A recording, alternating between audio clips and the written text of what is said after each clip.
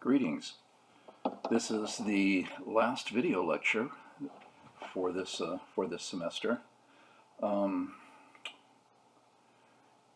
I've taken I think 4 different passes at this to decide how I should best use the remaining time.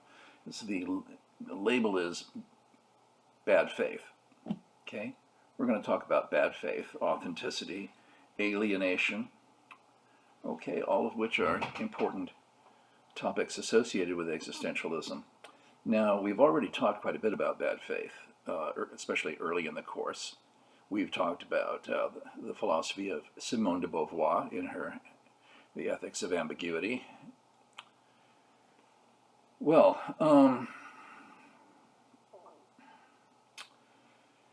we're going to do several things this last session. I have decided that in addition to my own video lecture and the assignment in Simone de Beauvoir's book, which you've already read a good deal of Simone de Beauvoir's book, I'm also going to give you a couple of linked excerpts on, essentially a sort of a political application, social application of the notion of authenticity and bad faith,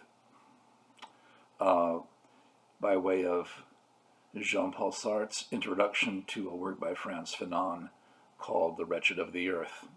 And Fanon, an existentialist, psychiatrist. At one time there were quite a few existential psychiatrists, not Fanon, but also R.D. Laing and various others.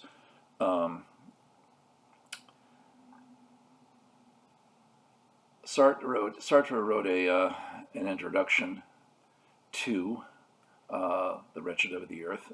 And I've linked that so that you can read it, and also a very brief video about the book, The Wretched of the Earth. Actually, about the book, Black Faces, White Mass, which very similarly talks about colonialism as a kind of supreme bad faith. Racism is bad faith. Sexism is bad faith. Why? Well, because in any of those instances, you are claiming that not only an individual, but an entire multitude of individuals, based on some unfairly arbitrary, there we go, that's much better, characteristic that they share, that you are going to deny their freedom, deny that they can, like you, choose to be who they feel they should be. Their own subjectivity is negated by your belief that you're just better than they are. You can choose, but they can't choose. Who is entitled to, by their very nature, be free and have autonomy and guide their own lives? Well, me, of course, but not them. Why? Well, because their complexion's too dark, because their tradition of their music, their literature, their architecture, and so forth doesn't resemble yours. There's ironically, we could invoke that popular expression, who died and made you God? Hoping that Nietzsche doesn't pop in and say, I can tell you who killed God. But who's entitled then to be God? Nobody. Okay? It was bad faith to begin with to decide that anyone should be God, whether it's a tradition or an individual or a doctrine of some kind or a political system. Excuse me. For any of these to have legitimacy for human beings, they have to recognize that we are ultimately free, and that free choice is a crucial part of who we are, of our lives, of the destinies that we create for ourselves. In the reading in de Beauvoir, she talks about, if we are to assert the indispensability of individual freedom and the integrity of the individual, the integrity of the subjective experience of being. If we claim that for ourselves and deny it for others, we're talking out both sides of our mouths. That's just sheer hypocrisy, and that is bad faith.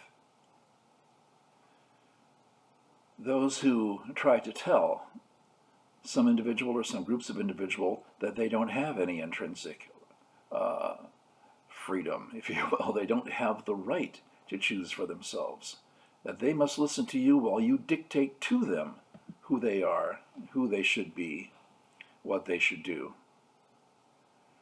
That is an attempt to crush their humanity, and that is supreme bad faith.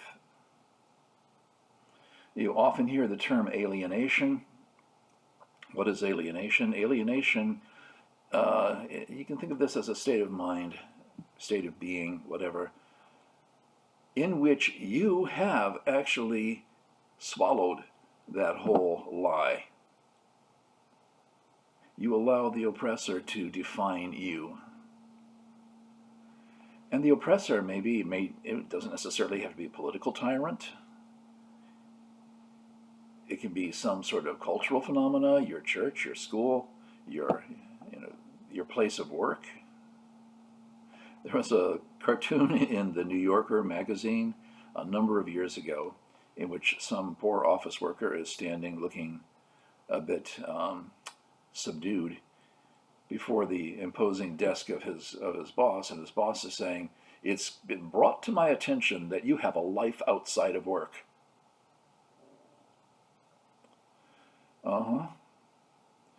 I, decades ago, applied for a job as a software technical writer, for which I was very well qualified. I applied to a major insurance company in Hartford. I won't mention which one. But they, in the interview, they told me how, if you were an employee of this company, you're expected to dress this way, speak this way. You're expected to, take part in group sports, attend parties, and so forth. Like, did I apply for the diplomatic corps? Basically, the idea is, I remember feeling like this is like the cube that the Borg live in. They're going to absorb you. Resistance is futile. Needless to say, I didn't pursue that position.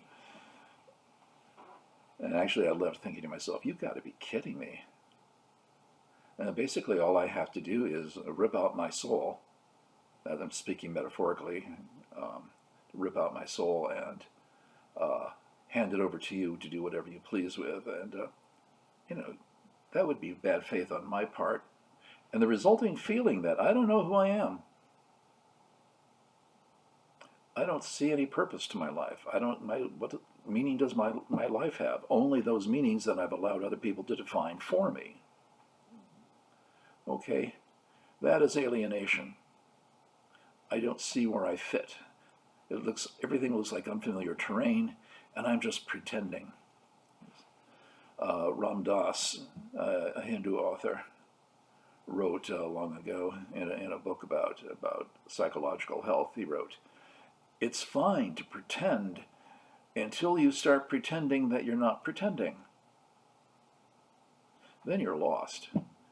I think that's actually a pretty good description of alienation. You're pretending,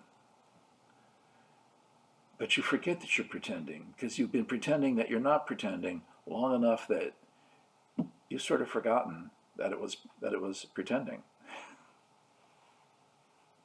In which case you don't know who you are.